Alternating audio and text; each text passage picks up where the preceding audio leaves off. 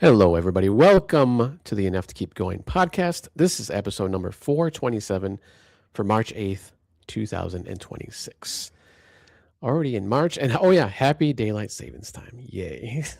We had to jump forward here in time in the US. So we're kind of dealing with that right now. I'm your host, Tom Esther99. And with me tonight, as usual, is one Mr. DBQ Hams. DB, how are you? I'm doing well, right? That's nice and early or late, or depending on what part of the world you're in, it may not make a difference. But we are glad to be here to talk about what looks like a thin agenda, but we've said that before and have frequently gone well past our time on those thin agendas. So let's see where the night takes us. Yes, we'll stretch it out. I got some things to talk about this episode here. Some gripes maybe from last episode, but other than Mr. DBQ Hams, we have Mr. Game Logique. He's going to be French tonight. So Game Logic, how are you doing tonight? I'm doing good, man. I'm doing good. Tal, didn't you have DBQ? Help me out. The official start of the NFL season is this Wednesday. In terms of the league year, and Yeah, I'm not sure, honestly. Right, lots of trades happening. I think we're past that, right? So yeah, that's the thing. Lots of trades. People trying to clear out room before their cap gets locked down. And Tal, and the reason I bring that up, Tal, I thought I saw some major trade or something go from Chicago. Wide receiver DJ Moore. Yeah, was traded to the Buffalo Bills. Buffalo Bills, yeah. Yeah, we got I think we got a center too from Patriots. Yes, because your center suddenly retired at 27 or so. Hey, he made his money. He wanted to get out. It's that's smart, right? Like that's heck on your body. So that's right. Yeah, especially the centers. All right. So as usual here in Enough to Keep Going, we will go through our main GX stories, which actually looks like I'm the only one here tonight with a new game. No, new or something that's been taking up most of my time. Then we'll jump into the main news headlines. And then finally go into our round robin where we talk about the rest of the stuff we've been playing. But here's my gripe, gentlemen. Oh, did we give you a hard time last week? I can't even. No, you didn't give me a hard time. No. But I'm just saying, no Pokemon talk. Come on.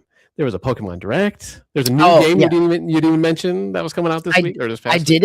I didn't invoke you and said like Tao's not here, so we're just going to skip over the Pokemon stuff. So yeah, that's right. Well, figured you could bring it all back this week if you wanted to. So we're going to double down tonight. So welcome, Henry Heck and Real Nate. Thanks for joining us tonight. So yes, let's start with our main GX stories and with Pokopia, that released on the Nintendo Switch 2 this past week on Thursday. Actually, well, officially Thursday.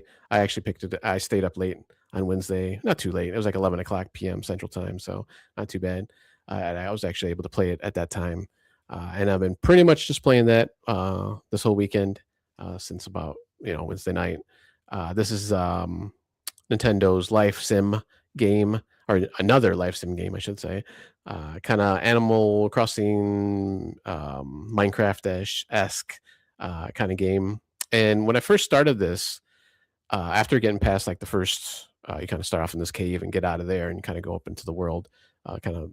It's not really open world per se. There's kind of big areas that you kind of go into as you unlock the map you're in. So, but I was like, wow, this really looks like, it really reminds me of Dragon Quest Builders. It's like, it's pretty interesting. But that's because the developer of this game was Megaforce, which also helped create or develop Dragon Quest Builders. I don't know if both games or maybe just the second one. I was going to look it up and then I didn't get a chance to, but there's definitely inspirations as far as kind of the look, like the kind of style of the game, especially the world. Obviously the Pokemon are kind of just Pokemon. They're not like, any different there. They're not stylized or anything like that, but definitely the world, I was like, wow, this really looked like Dragon Quest Builders. But so you kind of get dumped into this world, kind of a dark story, which is kind of weird. I mean, I guess kind of if you think about Pokemon, it's kind of dark as it is, but there's like no Pokemon and no humans like left in this area that you start off in, and kind of the main goal is to bring them back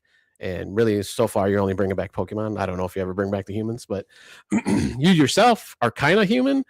You start off as a Ditto, which is a Pokemon that can kind of morph into other Pokemon. So and this has been in the trailers and stuff and write-ups before the release, so I'm not spoiling anything. But he or she, it's kind of morphs into its trainer that he used to belong to, or kind of a weird way to say it, but I guess that's how it is. So you kind of morph into this human-esque creature. You got these kind of gangly arms, and you're like super skinny, and the face is kind of weird, but you're basically human. But you're going through the world. As you start off, there's like one Pokemon that's already there. And they kind of explain the story. Like I said, everything's like gone, all the Pokemon and humans. But you're trying to bring back the Pokemon, and to do that, you within the map you're in, the areas you're in, you kind of set up these different, I guess, kind of like habitations, like kind of the first few are just like, hey, you just put a bunch of flowers down or put a bunch of bushes down, or depending on kind of certain areas, like you can just put them in like a grassy area or by water, or I don't know, on sand, or whatever it happens to be. And then eventually, after like a couple minutes or so, maybe not even that long, sometimes I've noticed these Pokemon will pop up, or you go over to like the area, and you kind of the Pokemon will appear, and they kind of join your group or area. You can actually have them, I think, up to 5 Pokemon kind of go along with you in the world, which actually I wasn't even expecting. And I kind of went dark on this game after that the release trailer that they had put out. I don't know, what was that, last year, I think, originally during the kind of the Summer Games Fest and all that kind of stuff. Time frame. So I wasn't really like, I was like, okay, this looks pretty cool. It's basically going to be Animal Crossing, but with Pokemon, theme, which kind of, but there's differences. I mean, obviously you have like the store where you can, buy stuff, different items just to, customize your house, or, the environment that you're in and stuff like that. But then I guess the one major difference is, well, I guess it's still kind of the same thing. Instead of using tools to do all these different things within the world, like mining or, chopping down trees and stuff, certain Pokemon will actually give you their ability. So if you know like what a Cypher is, it's kind of like this, I don't know, what would you say, like a grasshopper, kind of a bug Pokemon, who has like these sides. Kind of praying mantis like. Praying mantis, yeah, there you go. So you get his kind of praying mantis arms, and you can like chop down trees and bushes and all this other kind of stuff. And that it's not all Pokemon, but just certain Pokemon will give you abilities. Like I can do that. I can like punch things from one of the other Pokemon, like for the the bricks and stuff, or sand, grass, blocks. I can do like a water type move to like water plants and stuff, so you kind of, instead of using tools, you're using, your Pokemon abilities to do all this kind of stuff, which is kind of cool. It's kind of neat, just kind of see these animations and stuff. And do you have to discover those Pokemon to be able to use the abilities, or are you kind of equipped with those to begin with? No, yeah, you actually find these Pokemon out in the world, and the single player, as far as I can tell, the single player mode, which is basically the main mode in there, it's not procedurally generated, so it's always, I think it's the same for everybody. Everybody starts out with the same map and everything. You do the multiplayer stuff though, that's procedurally generated, so you'll get like a different island every time you go in there. Depending, I'm not sure, I haven't done that part yet, so I don't know if it's based on like what you name it, kind of like in Minecraft, or if it's just like totally random, like it doesn't matter, it's just going to give you whatever. But as you hit the different story beats within going through the solo mode, you'll find these Pokemon just kind of automatically. And all the other Pokemon, you kind of you'll have to find, like I said, when you do these different kind of habitats. And then as you kind of go, you kind of unlock different habitats, like actual houses. Like I think I started off with like a leaf house or something, a leaf hut. And then it kind of goes from there. There's actually just regular, wood houses. I'm assuming they'll be like brick and metal or something as you keep going. But yeah, it's just, so I've just been kind of going through there right now. So in that first main area, there was like 3 doors basically that you can unlock eventually as you level up, like that first main area. Basically, I've unlocked 1 door so far, and I finally went through that one, I think yesterday, I believe, maybe the day before, like at night or something late. And that just takes you into like basically a new biome. So the first one you go into is more just kind of grasslands, a little bit of forest here and there, a little bit of a beach area. But the next one looks like it's more of like a seaport kind of an area. So I'm starting to slowly unlock that and as you do that, you can obviously unlock different Pokemon and stuff. So I'm starting to do that. So from that main area, I was able to take Pokemon to that second area, but I can't do vice versa. I can't take those Pokemon and bring them back to that first area, which I thought was kind of interesting and kind of weird. Maybe I don't know. A lot of the Pokemon they do have certain abilities that you can use too, other than the ones that they give you.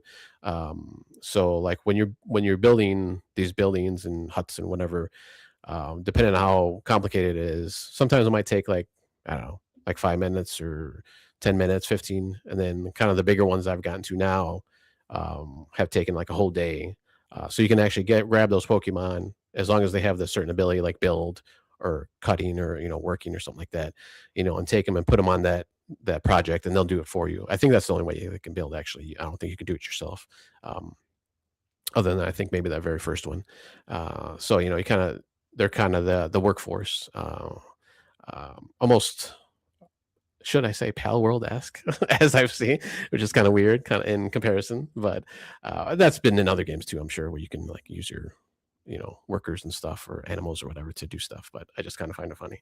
But yeah, but I mean, other than that, that's pretty much what you're doing through the whole game so far that I've seen. You're just like revealing these Pokemon, unlocking the Pokemon, building these different environments, and I guess trying to figure out like what happened to everybody. But like they kind of drop hints, and around the world you can kind of find like little data pads and or notes or stuff, and they'll give you a little bit of lore too. Looks like there might have been some kind of natural disaster, maybe. I'm not sure. That's what it seems like so far. But I'm sure as I unlock those other areas, hopefully they'll give you kind of more of the overall story of what happened and where everybody went. If it was just, it almost seems like it was an evacuation. Like I said, it was some kind of natural disaster maybe that happened there and just kind of like skip town. But and just the way everything is kind of, especially in the second area, the way there's a lot more buildings in the second area and they're all kind of just demolished basically. So that's what it kind of seems like happened in this game. But yeah, it's pretty fun. I like it. I've surprisingly been a big cozy game guy now for the last few years. Kind of surprised at that sometimes myself, but I'm really enjoying it. So if you like Animal Crossing, like these other type of games, you'll really like this game too. Even if you don't like Pokemon, it's kind of a nice kind of coding of the Pokemon brand that's kind of over this kind of thing. So, DB, I don't know if you're going to check it out, or if you had checked it out or not. I haven't. No, I mean,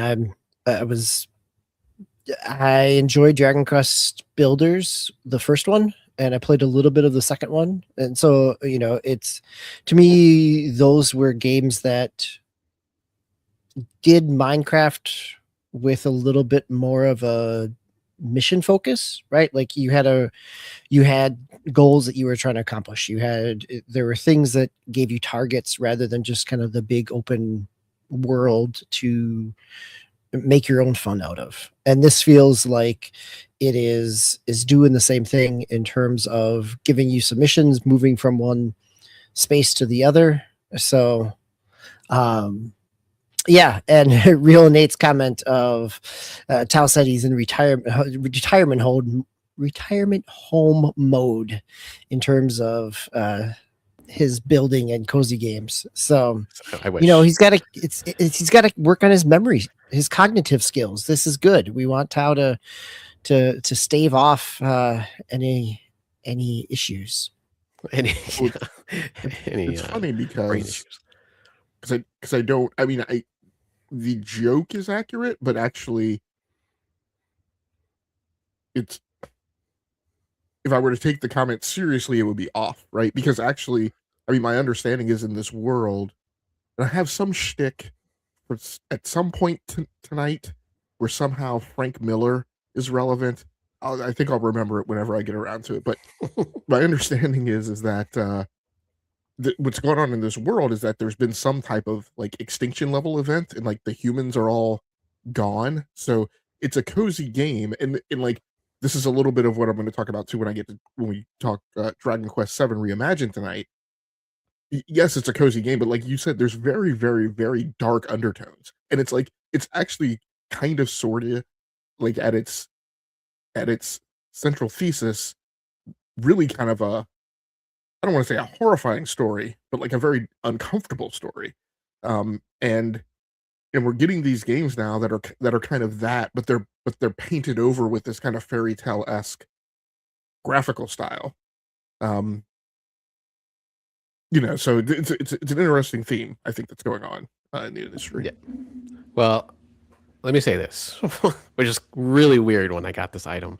The main Pokemon, the first one you meet, you kind of interact with that one pretty much through the whole story so far. Like, he's always talking to you and giving you advice on what to do and stuff like that. You can actually go to him and if you're stuck on something, you can ask him for advice on what to do next. He'll give you stuff every once in a while as you're progressing through the levels, leveling up your area that you're in. And he gave me, like, it was pretty early on too, he gave me a set of gold teeth at one point. Like, literally, it was like it looked like a false teeth, but I think it's actually real gold teeth. You see I don't know about lately, but in the dentist's office where they have like the model of a tooth or teeth, the full mouth of teeth. So I was like, wow, that's really weird. It's like, what's going on with this game? But that's when I knew, I think, right away, I was like, whoa, this is kind of a weird game. But in Animal Crossing, there's a museum of bugs and things, and now in Pokopia, there's a museum of human body parts. That's right. Sure, why not? I have to see what else I come across here. You do, you do come across fossils and stuff. You did that in Animal Crossing, and even in the Pokemon games, there's fossils you can collect and stuff like that. So, but to me, it's a little. I shouldn't say a little bit. It's better than Animal Crossing in the sense that Animal Crossing, like, you go into it, and you'd spend maybe, like, for me at least, maybe a half hour just kind of doing your daily chores. And I saw like a lot of write-ups on this kind of thing too. You do your kind of daily chores, and then you kind of have to stop because you're waiting on something like a building or some event to happen or stuff like that. Here, though, that does happen. Like I said, I finally hit a building where it took like a day, to go. But I can go to like other Pokemon, and they'll have requests for me to, like, hey, I need. There's like a comfort level for each Pokemon, so you want to kind of get that comfort level up, which in turn, once enough of those Pokemon get their comfort level up, that the whole area gets leveled up, and you unlock more stuff and stuff like that. But I can go to them and do stuff. I can, there's a ton of like habitats, like I said, I have that I haven't even unlocked yet, mostly because I don't have the resources yet, or I haven't bought them yet because in the store and stuff like that, or I haven't found them. There's a bunch of abandoned buildings all around these areas so far, so you can kind of, if you don't have something, you just grab something from there and use it. But there's always something to do. Like, I literally was playing last couple nights, like, for like a few hours, like, before I went to bed. So I didn't get bored like I did in Pokemon. I'm not a big builder. Like, I've never been a big builder in Animal Crossing or any of these games, Minecraft and No Man's Sky and stuff like that. I like to do the exploring stuff, and go out and explore these worlds. So for me, that's perfect because I can do all these, they have stuff for me to do. That's fine. I can do that when I'm waiting for a building or whatever's I'm waiting on. So yeah, it's been a real fun time so far. Yeah, Nate, your homie is definitely correct. It's a really good game. I definitely, like I said, I'd recommend it even if you're not a Pokemon fan. There's a lot to do in this game so far. So like I said, I haven't even touched the multiplayer stuff. You can actually do, when you do the multiplayer with people, I think it's up to 4 people can go onto an island, and that island is actually persistent. So you don't have to, if I started it, it doesn't matter. Like, everybody else can still keep going into it, as long as they want. So that's kind of nice, kind of surprising because it's Nintendo. So I wouldn't figure that would happen, but it's actually kind of nice to have their persistent servers. And I think, from what I read, even though you can only have 4 at a time, I think you can still just have as many people just come through as long as there's only 4. So it'd be interesting to see like how that works out, if that's actually true. I didn't really dig too far into it, but the few resources I was looking at online looked like, yeah, you can have as many people come through at any time, but it can only be 4 at a time. So I'll have to check that out too. So hopefully it works a little bit better than I hope it would be than Animal Crossing, because that was kind of a pain to go to someone's island.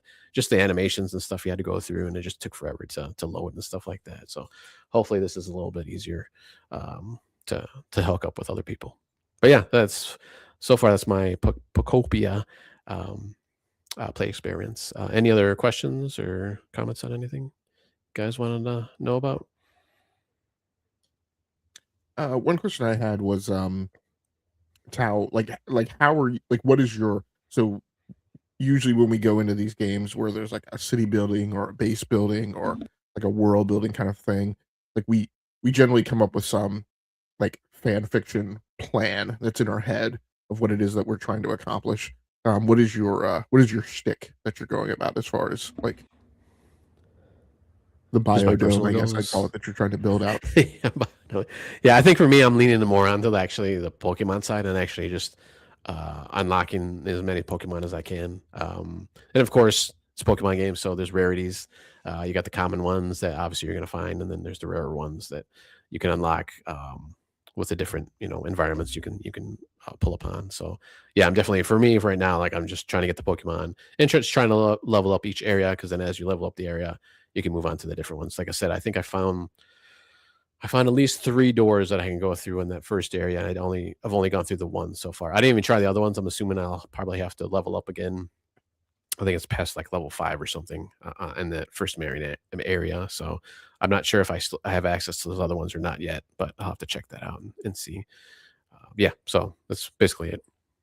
So do those levels dictate or kind of shape what Pokemon you can interact with, right? If you can, I'm assuming in certain areas there's only certain Pokemon, right? And then do you need to be at a certain level to be able to use its skill? Or is this something, where you could capture? I mean, you're not capturing a Pokemon because you are a Pokemon. You're just kind of befriending them to use their skills. Um, so where does the level that, as you said, level 5, how does that play into your ability to grow your collection? Yeah, as you level up, it'll unlock more stuff in the store that you can actually buy. So then those things you buy, you can actually use to create the habitats to unlock the Pokemon. So that's basically what the leveling is for. And just like I said, there's just a bunch of customization stuff within the store too that you can just buy. Like I said, you can, you know, build different rooms in your house. If you're building a house, like a big house, you can do that. So yeah. All right. Here we're down there. Welcome. Thanks for joining us tonight. So that is our main GX stories. We'll jump into the main news headlines. And Mr. Game Logic, you got the first few, um, actually, first two headlines here. First one up is about a Lego mandate. They looks like they opposed on PlayStation.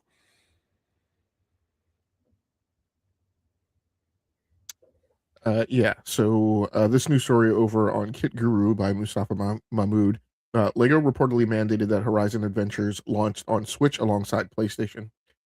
Following the recent reports which claimed that Sony would no longer be bringing its first-party PlayStation titles to additional platforms, live service games excluded, game dev interviewer Kiwi Talks took to Twitter to reveal some behind-the-scenes details on the Lego Horizon Adventures deal, claiming that Lego Horizon only released on Switch because it was mandated by the Lego Group.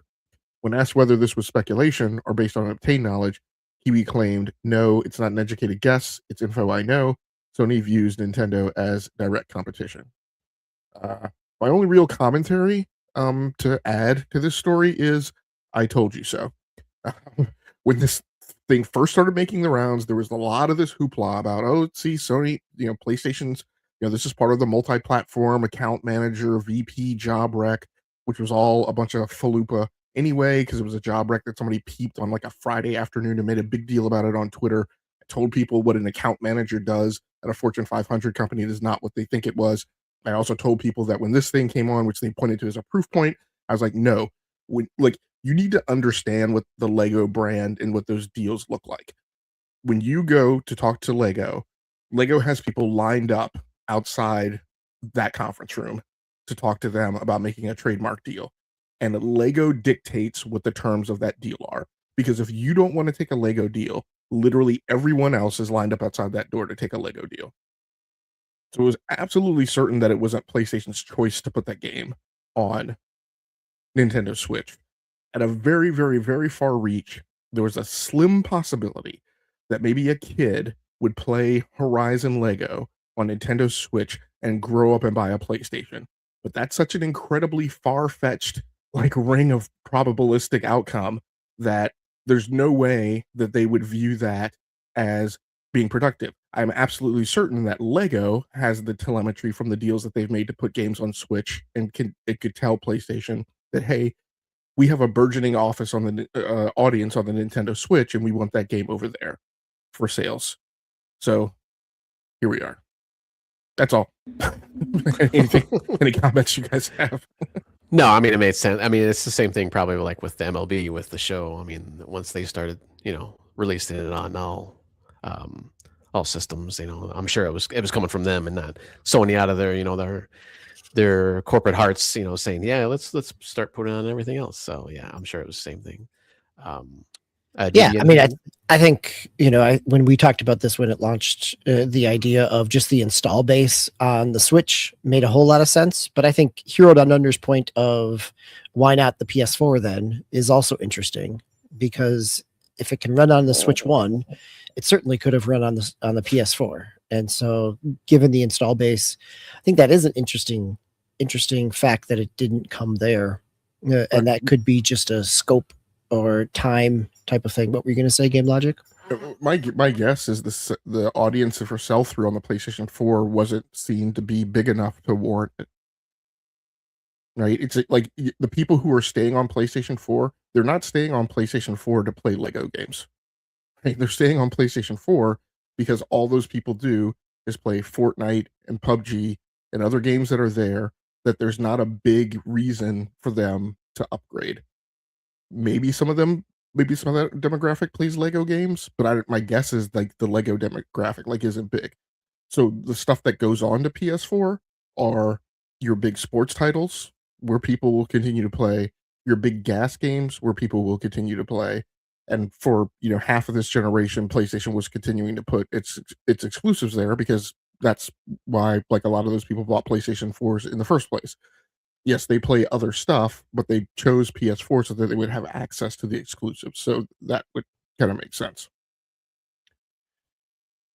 Yeah, I get that, Hero, but again, it's you're making a deal with Lego. Hero says, well, people don't buy PlayStation 5 to play Lego games either. On general, yes, but the point of that is either your approach or Lego approaches you to make a deal to put something from PlayStation into a Lego game. It was PlayStation who looked at their portfolio and said, okay, what are we going to put over there? And they decided it was Horizon Zero Dawn. And you look at what is going on with Horizon, and it is the IP that they are choosing to put in lots of different places to be that enticement point or attachment point or whatever, that's an introduction to a PlayStation IP.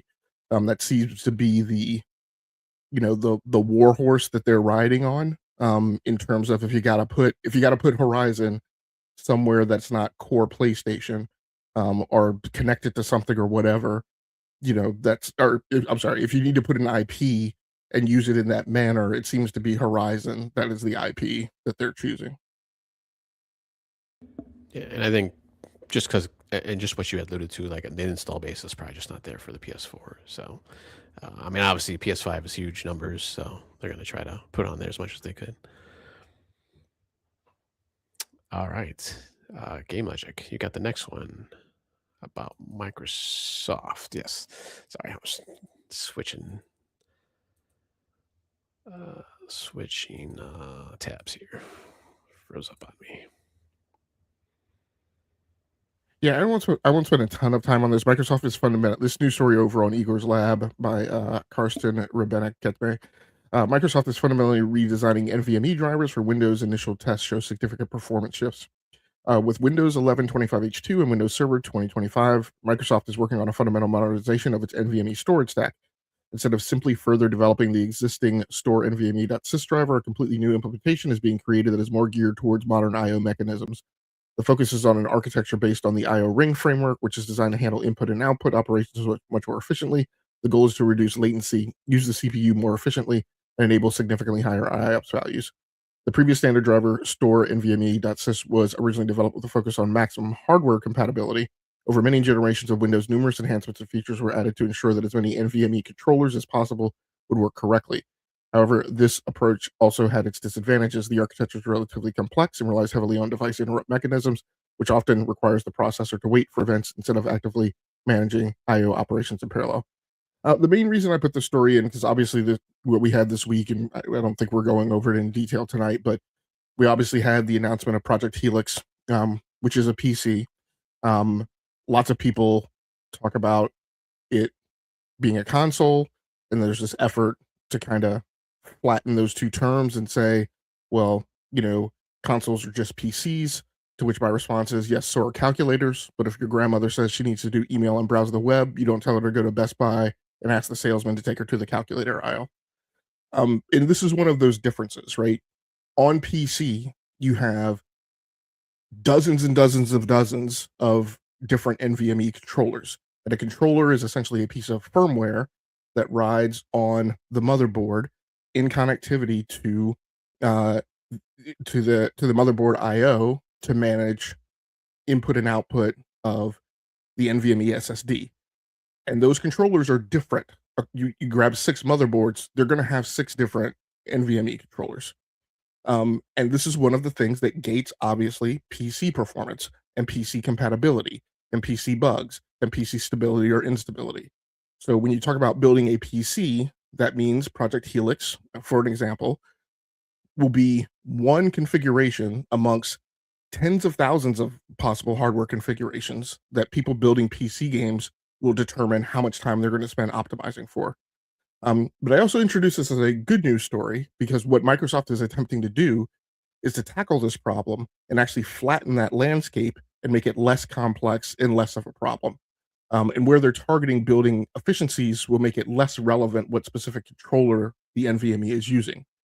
In a world where PlayStation obviously did a ton of work to manage SSD throughput on the PlayStation 5, it's obviously quite clearly going to double down on that going to the PlayStation 6. And so doing things across the wider Windows ecosystem to try and flatten complexity is a good thing for all PC gamers, but in particular for people who will be, going to Project Helix and will be wanting games that are probably made as efficient as possible in terms of how they perform on that hardware. DB, any comments on that one? No, I'm pleased that I think given the challenges that Windows 11 has had in terms of a variety of issues, that this is as you said, Game Logic, right? It's encouraging that they're acknowledging and trying to work on some of on under the hood pieces that will make performance better. That's I think it's meaningful. I think it's also meaningful that this is a story that is substantive versus the wave our hands and distraction story of don't pay attention to our new president of games, but here's something good to like. I'm seeing you chuckle at Game Logic. Yeah, I mean, yes, because there's a ton of one of my jokes, which I haven't really cracked publicly yet, is if you see similarities between Phil Spencer's behavior on social media and Asha Sharma's behavior on social media, and people say, well, they have handlers. That's not them. Yeah, that's probably because it's the same handler. Because the Phil Spencer social media person, Phil Spencer retired, but the social media person in that job didn't retire. They just flipped the name of the account that they're using and it's behaving the same way. So there's a lot of like marketing and stuff hidden behind my back and stuff like that that's going on. But I think what's important is to actually, as you mentioned, DBQ, is like let's watch the actual objective and tangible stuff that's going on, and kind of think about how that impacts the landscape. The word on this driver is that it is actually implemented and I think preview builds right now. And so this could potentially roll out. I don't think it's rolling out anytime soon. I think it's going to be highly experimental.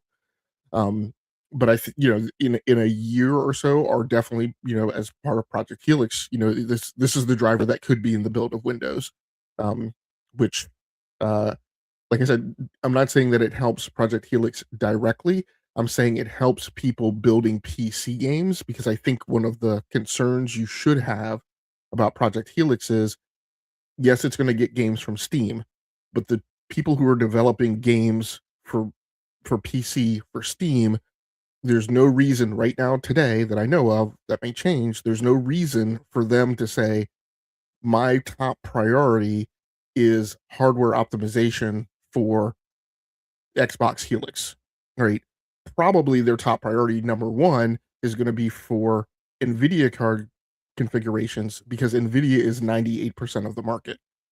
And there's no way Project Helix is going to achieve anywhere near that type of footprint. I mean, certainly not even 98%, but probably not even, the size of the footprint of the standard core AMD parts that are out there.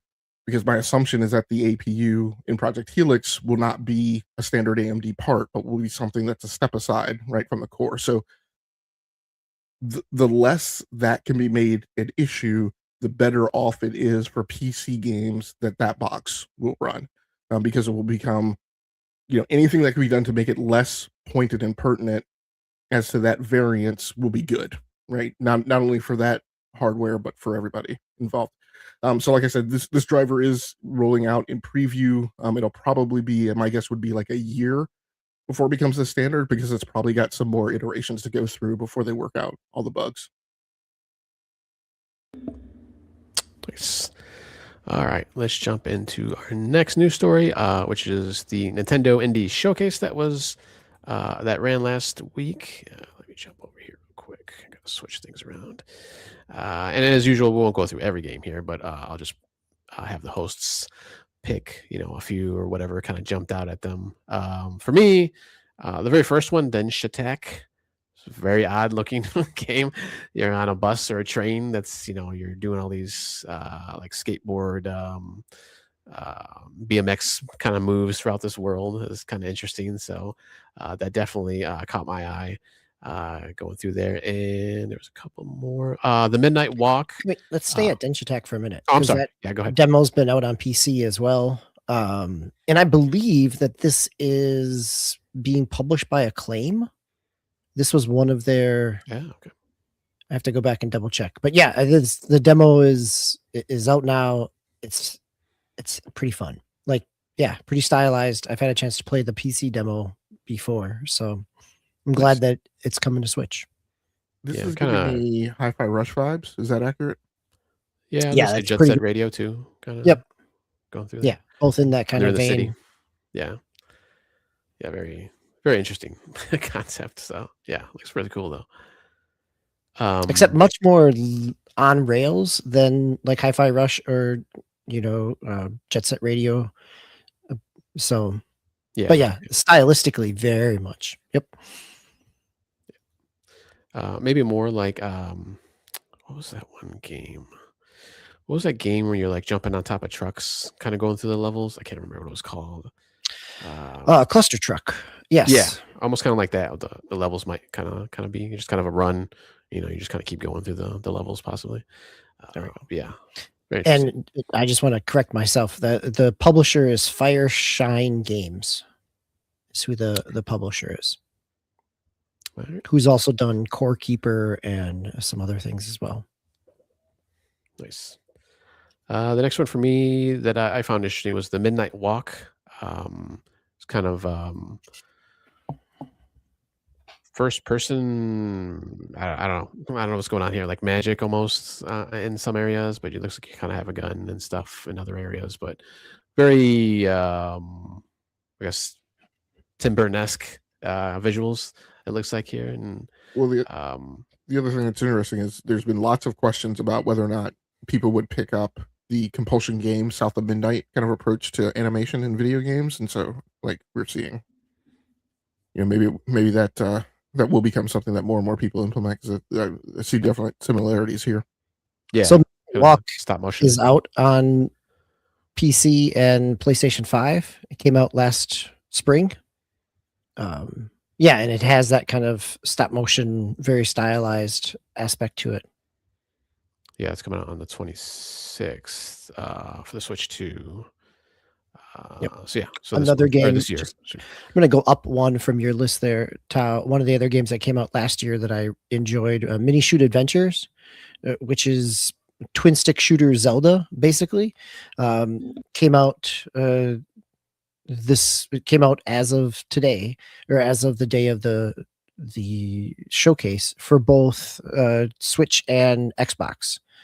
And so it's been out on PC. I played it on Steam Deck last year, and actually had a chance to play it a little bit on Xbox this week as well. So it's a lot of fun, and it very much is that kind of screen by screen classic Zelda, but in a bullet hell type of shooter. Nice. And then the only other one for me was Dead Zone Rogue, which comes out on the 17th, a couple weeks, which is a kind of first-person roguelike shooter that you can. It's actually co-op too, so you can have. It just says friends, so I'm not sure how many people you can play with, but looks interesting. I've been into the roguelikes lately, so definitely will probably pick this one up. Like I said, that was it for me. I don't know if you guys had anything else that caught your eye. Dead Zone Rogue, again, is another one of the things that stood out to me on this is that it was a lot of indie games that had already come to Steam that are now coming to Switch or larger console releases. So Dead Zone Rogue is definitely one of those. It was an August 25 game. One of the other games that has a demo out now, the Rotwood, or just came out on that day. Again, a roguelike kind of beat 'em up. Also came out last year on PC. So, and then I think, there was a number of these like good titles, things that, if you haven't had a chance to play them or experience them on PC, hopefully this gives some visibility to them. Because as we all know, stumbling across indie games on PC is sometimes difficult for how quickly things can get buried. So this gives a chance to not only to highlight something new coming to Switch, but also one of the things that it made me do is like put this game on my wish list for Steam as well. Like, okay, maybe rather than, I'll keep an eye out regardless of what platform, but I like the look of it and totally missed it when it came out last year. So, and then one game that hasn't come out yet is Mixtape. And I was glad to see Switch getting that as well. So Mixtape, this was probably 2 years ago or so that it was announced. Very kind of 80s movie trailer, kind of initial vibes to it. And so it's coming this spring to, I think, all platforms now that it's on Switch as well. Who's publishing this now? Annapurna. But so Annapurna isn't what it used to be? Did it? Oh, that's a good point, right? This is post Annapurna's whatever it still is listed as an Annapurna game. Whatever. Yeah. I mean, I think there's 2 Annapurnas now, but I think one of them is not actually called Annapurna. And I thought one was like the publishing arm and one was like the creative arm, but they're like they're 2 separate, I think, legal entities. So I noticed when this trailer ran, it still had Annapurna Interactive on the front, but I was like, I don't technically think that Annapurna Interactive, as far as that LLC was originally solvent when this thing came out. I don't think that they're still a thing anymore. So I don't know. This is a game that I have to go back and look as well. Yeah. I'm sorry. Go ahead. No, I was gonna have to go back, but I remember that story from last year when they got kind of split apart and like totally changed and dropped parts of their business model. So yeah, because I thought the creators were ousted and then they went off and created their own thing. So I don't know. But yes, that's a game that I'm interested in too. And so I'll pull the thread on that. I actually I was very interested. This Dead Zone Rogue actually looks like really good graphically. So this is something that I'll check out. It gives me I can't remember the name of the publisher. I played Trepang 2. It gives me kind of feelings like that, which is just like this like AA design or AAA design framework, but on like a AA kind of budget. Just kind of makes it interesting. Yeah, and go back to Mixtape. That's another one that has that kind of stop motion-y animation to it. It looked like on some of the clips there. Yeah, that will anything? be. I mean, that'll go along. And when is that coming out? That's coming out. So I mean, good. May 7th. Yeah. Good kind of connective, like palette tissue in terms of the Life is Strange sequel coming out later this month, and then and and for people who like that type of game, then to be able to also get into mixtape, a couple months later is pretty interesting. Anything else, you guys? Was Mouse PI not shown at this indie showcase? No. Yeah. Nope. And Outbound wasn't Outbound the game that launched, another game that launched earlier that has not done well, or is this a different game that I'm thinking about?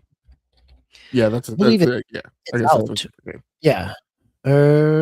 No, it's coming out. It's coming out in April for PC as well, so it's not out yet. Yeah, there was a different game that has a similar cover, like screen cover, like a initial screen, which was like Caravan something.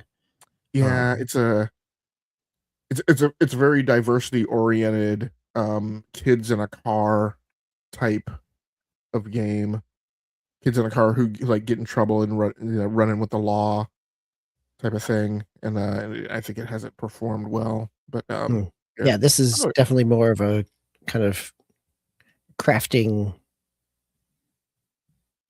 game from all the trailers. Cozy crafting game. Yep, vacation crafting game. Yeah, and then Blueprints, right? Like another game that had a lot of praise last year on other platforms is now finding a second release here on Switch. Yeah, that's pretty awesome. That's a big get. Was Blueprints in the? I mean, it was definitely in the nominations for Game of the Year on some shows. I can't remember if it was specifically in the group of nominations for the TGAs. I don't believe it. I'd have to go back and look. I know that when we were the last ones we were talking about were the DICE Awards, that it did win like independent or game design, or it got something significant there. So yeah, I think overall a good mix of stuff that was coming out soon, and then a little bit later in the year. So nice mix of releases there, and then a lot of them too. I think we're going to have demos for stuff that's not coming out yet. So, yep, that was the Nintendo Indie Showcase. And Game Logic, you have the final news story, another Nintendo news story. Oops, I just closed out that one for us here tonight. Yeah, so I was definitely channeling my inner Tao master when I came across this, our legal expert. Nintendo sues U.S. government over Trump's unlawful tariffs that led to last-minute Switch 2 pre-order delay, demands a refund with interest. This news story over on IGN by Wesley Yin Poole. Nintendo has sued the U.S. government over unlawful tariffs, demanding a refund with interest. Aftermath was first to report on Nintendo's lawsuit, which was filed in the United States Court of International Trade today. Nintendo is focusing on refunds of tariffs that were struck down last month by the Supreme Court, which said President Donald Trump's unprecedented use of the International Emergency Economic Powers Act, IEEPA, was illegal. Following the Supreme Court decision, Trump introduced a new 10% global tariff rate. In early April last year, Trump held up a chart while speaking during a Make America Wealthy Again trade announcement event in the Rose Garden at the White House and declared Liberation Day. The announcement confirmed additional tariffs targeting goods imported to the U.S. Now, before people who are on one side of this discussion from a political perspective get overjoyed, and anybody is free to correct me if I'm wrong, but as far as I understand it, if these tariffs have to be paid back, it's taxpayer money that's paying them back. Like, it's not like coming out of like Trump's pocket. Right, it's government funds that will be paid. Yeah, back. it's government funds. I mean, and this is I think the key point here is that it's done in an international court. That there are similar lawsuits that have been filed from multiple corporations in America around these as well, for corporations or businesses that paid tariffs out that have now been found not legal as well. And so it's interesting to have it run concurrently and to see. I would not be surprised if there are not more international companies that follow suit in terms of this because of that ruling. Yeah, so it's gonna be it's gonna get unpleasant potentially, but it's also gonna get very clogged and backed up in the court system. Um, it's tough to read tea leaves on this because on one hand, I would say, yeah, I saw one comment from somebody who was like, oh, Nintendo's going up against the U.S. government, and the U.S. government has better lawyers, and I'm like, no, we don't. Absolutely, we do not. Like, I wouldn't put it by any means past Nintendo that they're not going to come out of this thing victorious. My joke on this is, if they could figure out a way to put a subcharge on there accusing the government of emulation, then it's game over. Nintendo will definitely win that case. So, we'll Shut see how down this the- goes. It'll be pretty interesting. I expect, like, as I've been looking at some of the other domestic ones, that this is more likely that this is a settlement somewhere along the line than it is any type of official going through trial or even in front of a judge. That this is, I would not expect. Wouldn't surprise me at all that there's some type of compromise settlement, and whether that's a direct payment or a discounted rate for something else. Like, there's lots of ways that there could be a favorable result reached without necessarily hitting the exact dollar amount that they're targeting. Yeah. It could always just go to trial and just, be in the courts for years and years too. I can always see that too. But yeah, more than likely, yeah, it's probably just a settlement. But if they got to settle though with them, then they got to settle with all the companies. So they're kind of screwed either way, like Game Logic said. So it's definitely going to be keeping an eye on that. Excuse me. All right, that's it for the news for tonight. Let's jump into our round robin with the rest of the games we've been playing. Game Logic, you have the first one with Dragon Quest, which I believe you mentioned earlier on the Switch too. Yeah, and so this is a little bit of where I had some thoughts about Frank Miller. And and I'm going to pick on Thrifty, who came through the chat a few weeks ago and was making some jokes about pixel art. And those jokes carried on to a little back and forth that we had in the Discord server, and it's all good natured. But there's this there is a feeling out there that is like, gamers who turn their nose up at pixel art, and something being oh, there's Thrifty right there. Thrifty, I'm glad you came through because I'm going to talk about you. say his name and he appears. And something being wrong, and Thrifty, just because you missed the intro, I'm not saying that you said this. I'm picking up on a sub note that you mentioned in the chat. And then I'm extrapolating upon that. So I'm not blaming you on any of this. It's just a talking topic. But there are people out there who feel like, oh, gamers who turn their nose up at pixel art or turn their nose up at certain types of games, which obviously pixel art has a heavy coupling to JRPGs, in insinuating that something's wrong with them, or their palette isn't wide enough, and blah blah blah blah blah.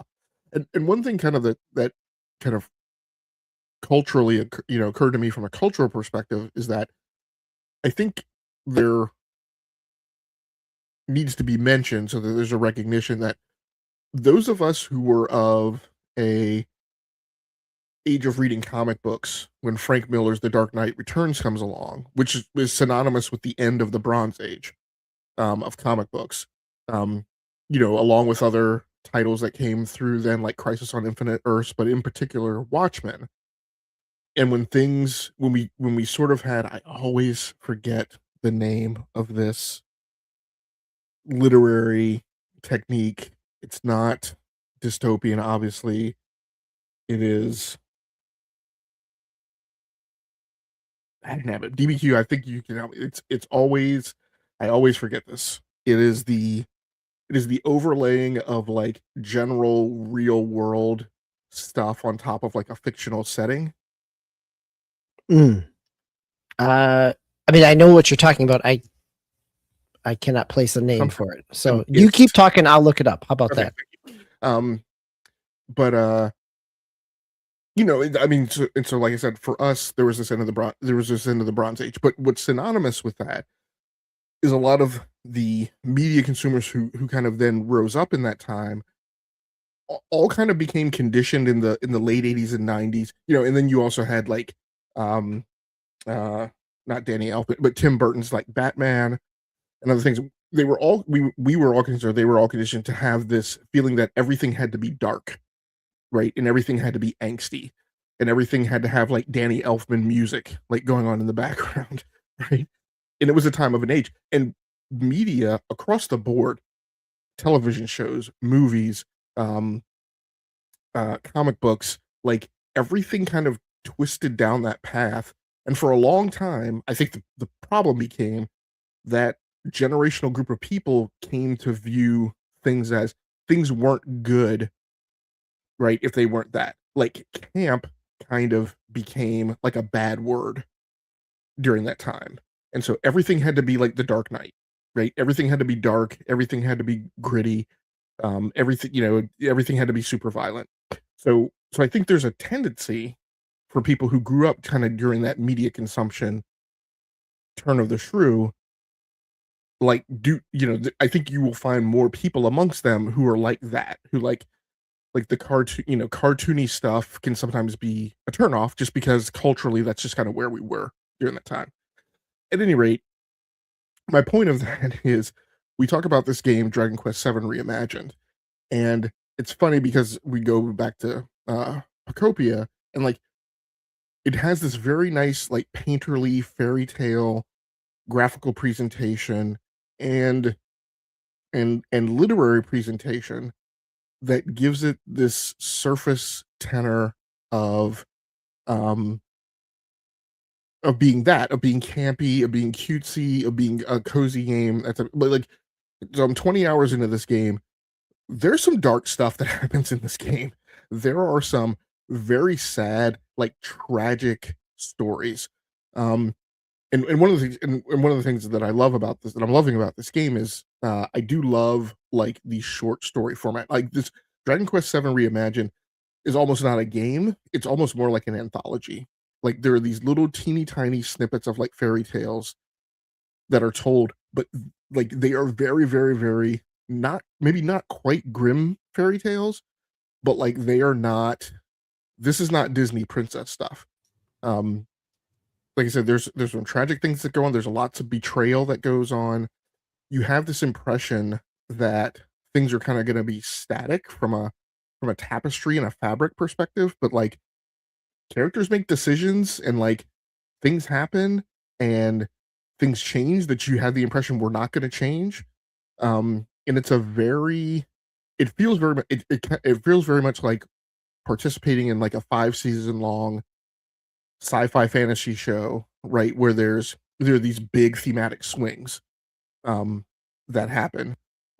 So I'm really enjoying it because, like I said, a lot of the themes. I guess this is somewhat of the effect of Bluey, even though you know my kids I think are past. Well, they're past the Bluey introductory age, but where Bluey is a show that I hear is both consumable by both children and adults because you know there's this more complex, sophisticated stuff kind of going on in the background that kids don't get, but like parents are watching and they're like, oh, wait a second, like there's a thing going on there.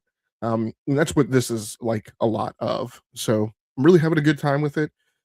It's not, you know, gonna, you know, I continue to say it's not gonna like tickle your ivories if you are looking for like deep combat and skill progression and things like that. Although I am getting there's a point in the game where you can change vocations, which was another like major shift for me because I just thought and assumed that like I was going to be these same vocations the entire time. I had actually maxed out my vocational level, so it was neat to be introduced the opportunity to change them, which introduces like new powers and new skill sets and that type of thing. So but by and large, this is mostly like a story oriented thing with you know enough combat and character skill progression, skill tree progression to kind of keep you interested in like the gamification part of it.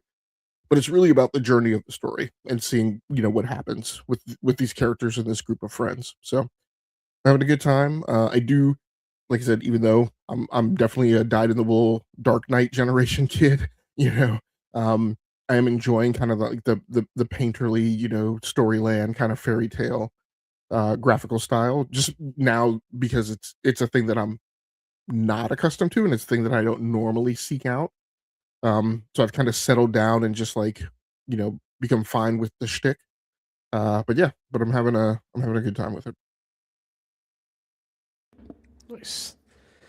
All right. DB went off for a second. I want to see if he found that that literary thing you're trying to talk about. I'll jump into mine real quick. Oh, No, I didn't. I no, you didn't. Okay. Verisimilitude. It's there are a couple different pieces, but I couldn't find exactly what seemed to hit in terms of what Game Logic was trying to get at. So I have failed. Deconstructionist. There we go. Okay. I used to say it all the time, and then maybe when I stopped reviewing That's not comic books, necessarily the overlap of.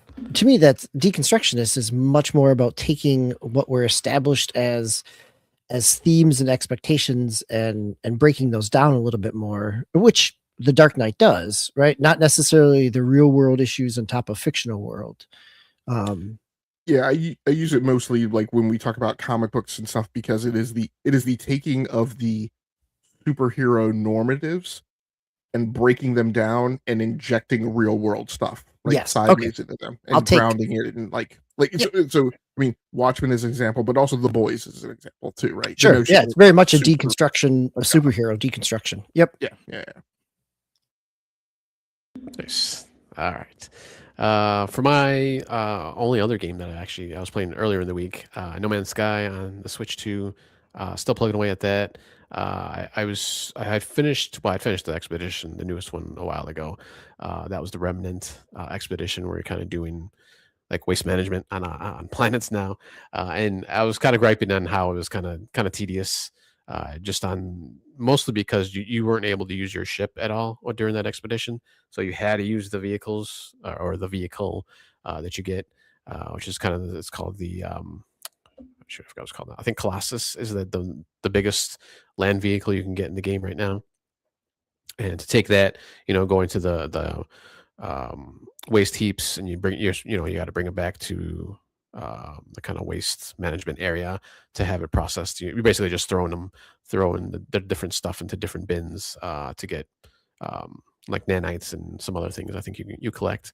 But now that I've actually finished that and I'm doing it on my own, it's a lot nicer because I can actually at least initially fly to I'll just use the vehicle at first just to like ping out and find these different waste heaps, but then I can fly to it, and then I just still have to drive back, which is fine. It's not too bad, but it was just kind of tedious because it's like 5 to, I think the longest was like a little over 8 minutes, like away. So it's like, all right, I'm just sitting there driving, and you're going over all this rough terrain. You got to be careful and stuff. So doing that, going there and coming back was a little tedious. But now that I can at least fly there, and then just come back in the vehicle is kind of nice because I'm at the point now. I already finished the main story, the main campaign, and I've unlocked enough stuff where I can just call any of my ships or even land vehicles at pretty much any point at any time. So as long as I have my giant freighter up in space, up in orbit, I can just call in any vehicle. So that's kind of nice. So I just fly there, and then I can just drive back. So it's kind of nice.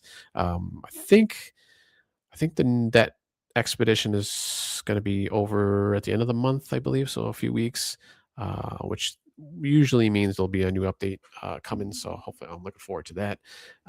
And I totally forgot this is actually the 10th year of No Man's Sky. So it was released 10 years ago. I think August 12th or 13th or something like that. Fall release. Yep. Yeah. So it's going to be interesting to see what kind of updates they have coming up, and hopefully, fingers crossed, we get some info, if not a release of their newer game, Light No Fire, because that's pretty much gone silent for the last couple of years. So we'll have that coming out. DB, if you want to jump on yours real quick. Sure. Yeah, let's jump on mine since we're just talking about two Nintendo Switch games, or well, you've been playing No Man's Sky and a little bit of everything over the last 10 years. So this week, last week I talked about finishing up Final Fantasy 1. This week I finished up Final Fantasy 2, the Pixel Remaster, which is I don't need to spend a whole lot of time talking about that. One of the things I've been making my way through over the past month or so has been this Super Nintendo book by Keza MacDonald. It came out at the early part of February. Keza MacDonald is a games editor at The Guardian. She's also written and worked at IGN and Kotaku over the years. I'm enjoying it, right?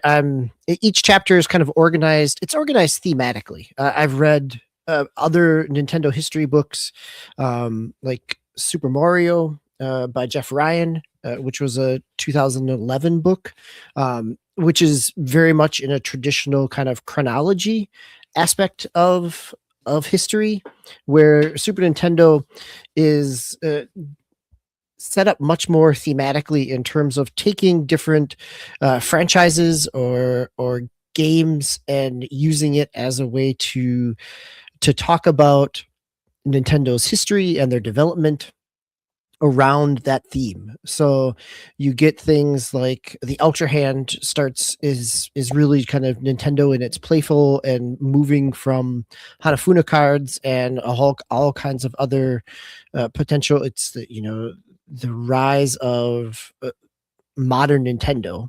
Then you move into Donkey Kong to talk about kind of Nintendo in its arcade mode and trying to find a hit, and the remodeling of their Space Invaders knockoff by Miyamoto to create Donkey Kong, where they use those boards because they had shipped a lot to America. But you also get things like the Iwata one is around Kirby and HAL and talking about Iwata's time. There's a chapter on, it's titled about Labo, but it's really about kind of the Nintendo kind of playful offshoots, the creativity. So it's interesting. One of the things that it has a lot of, because she's been a journalist for 15 years or so or more, there is all kinds of interviews that she's had over the years, and so she's pulling on that variety of interviews and additional interviews that she's done for this book, and so there's a lot of it's not, I mean, there's also footnotes, but they're not nearly, it's not as many as would be in like a deep kind of scholarly history of Nintendo. It's much more of but it's not a full oral history either, right? Like it walks this line of being consumable from kind of a casual audience, but also has enough depth to it for someone like myself who's aware of kind of the ins and outs of the history, and it's enjoyable. That's Super Nintendo is the name. It's Super Nintendo, the game-changing company that unlocked the power of play, is the subtitle. So that's where I've been spending my time outside of picking at a few other things and finishing off Final Fantasy 2. So nice. I was wondering if that was the same Keza from IGN, because that's where I remembered recognized the name from, because I remember hearing her a lot on the podcasts, the various podcasts on there. Yeah. And she was just on an episode of what, Kind of Funny Games Daily, or maybe Kind of Funny Games Cast, like a week or so ago, talking about the book. Yeah, she's been doing some press rounds for a while on the book. So, yep, yeah, it's I'm always interested in video game history and development, or development in terms of company development, less about game development, but thinking of it from a historical lens is I'm a sucker for a good video game book. Nice. All right, Game Legend, I'll go back to you on your Resident Evil Requiem, as you were off mic there for a second. Yeah, I won't take too long because I'm not that far into it. Last week we talked about a lot of the technical aspects, and I covered some of the testing that I'd done. I was glad to kind of get done with that round of testing so I could just sit and play the game. I am playing on PC, by the way.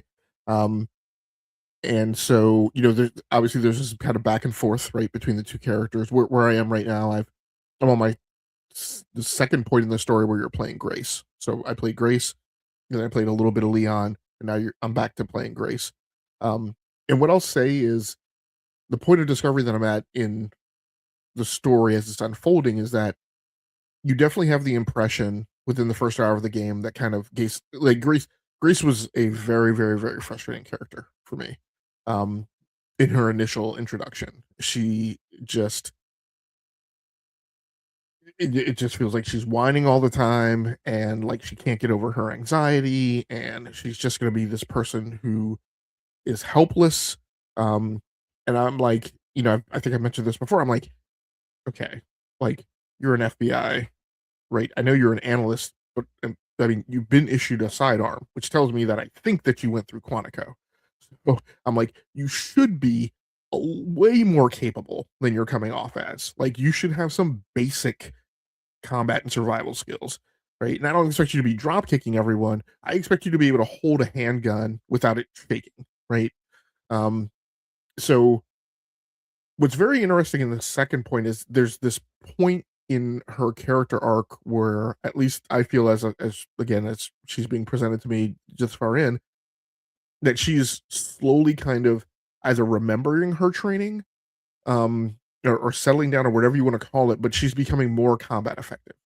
um and the quick kind of story that I've told of like this moment in the game is there's this moment in the game where you enter a building, you go up to the second floor, and you're entering a space where there's at least a threat, and because you've heard the threat, um, you long before you're making the approach to this room, and you're going to go in the room to figure out what this thing is.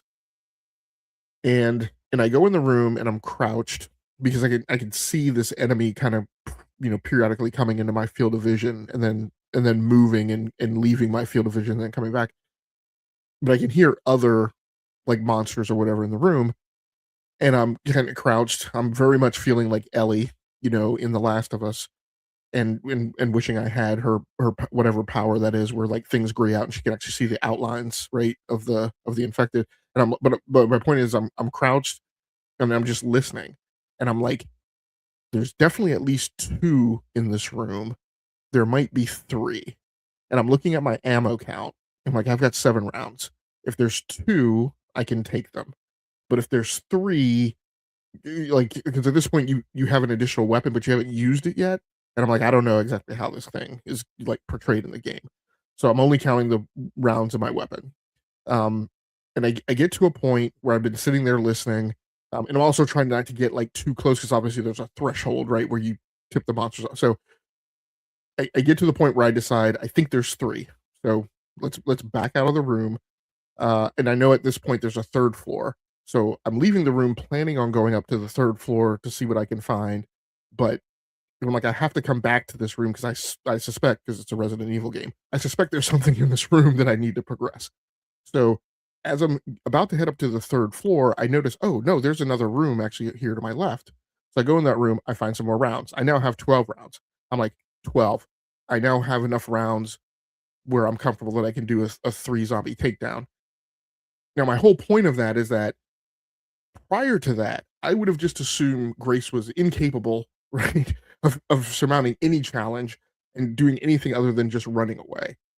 But what I realized kind of in reflecting on that is like, oh, okay, she's now hitting a tactical zone where I'm starting to assess threat levels and decide like, no, there are some things she can surmount, right? Just from a straight on head up one on one, combat perspective. Um, so that's pretty interesting, and I'm looking forward to seeing how that change continues.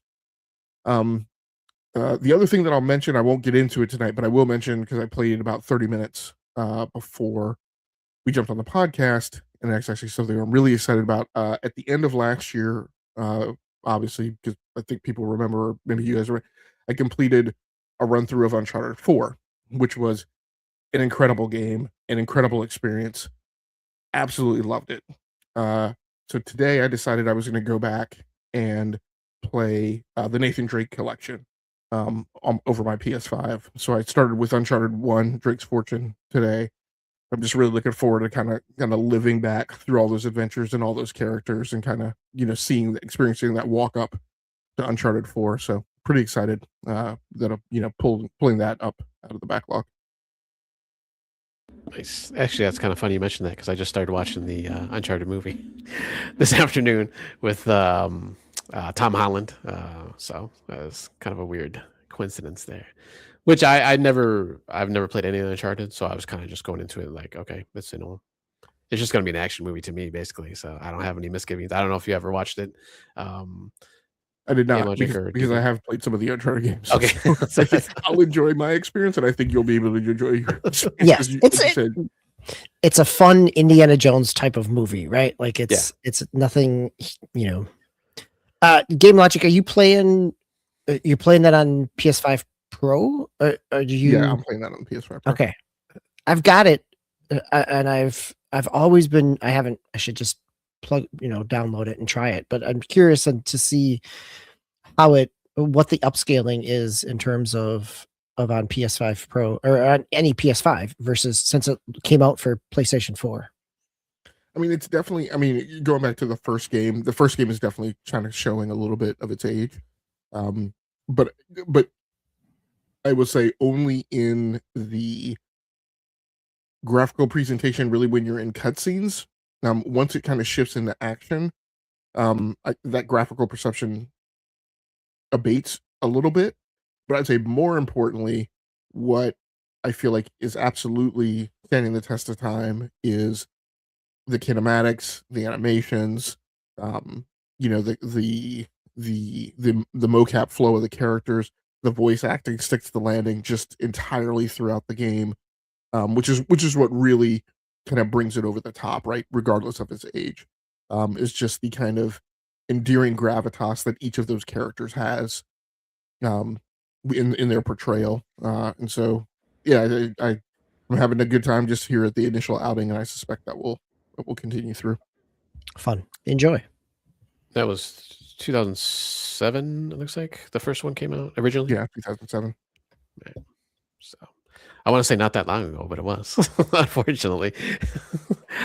Yeah, almost 20 years ago now. So it's pretty amazing. All right, so that is it for our round robin. Unless anybody had anything else they want to comment on, no. Jump into the releases for this coming week. We got DLC for Ghost of Yotei Legends on March 10th for PS5. And then Monster Hunter Stories 3, Twisted Reflections coming out pretty much for everything, PS5, Xbox Series, XS, Switch 2, and PC on March 13th. And I thought I saw I think the new WWE games coming out this week, I believe. I think on the 11th or 12th. Yeah. So it's WWE 26. Yeah, 2K26. So, and then I believe that was it. Yeah, it's kind of not too bad of a week, I guess. The Monster Hunter 3 stories I might pick up maybe eventually because I never realized that's kind of like kind of a monster Pokemon collection. Yeah. I didn't realize that. Yeah, so yeah, that might be up my alley, or maybe I'll go back to the original ones just to check them out or something. So that is it for episode number 427. Game Logic, DB, any other comments or questions on anything we've talked about this past show here? Thank you everybody for joining us in the comments in the chat. Here we're done under Thrifty, Real, and Nate, and Henry Heck. Thank you, gentlemen, Game Logic and DBQ Hams, for joining me, TomMaster99, and episode number 427. Please remember to come back here next Sunday, which hopefully will be here at our normal time, 8 Eastern, 7 Central, with Mr. Game Logic as the primary host, and myself and DB should be co-hosts for that episode.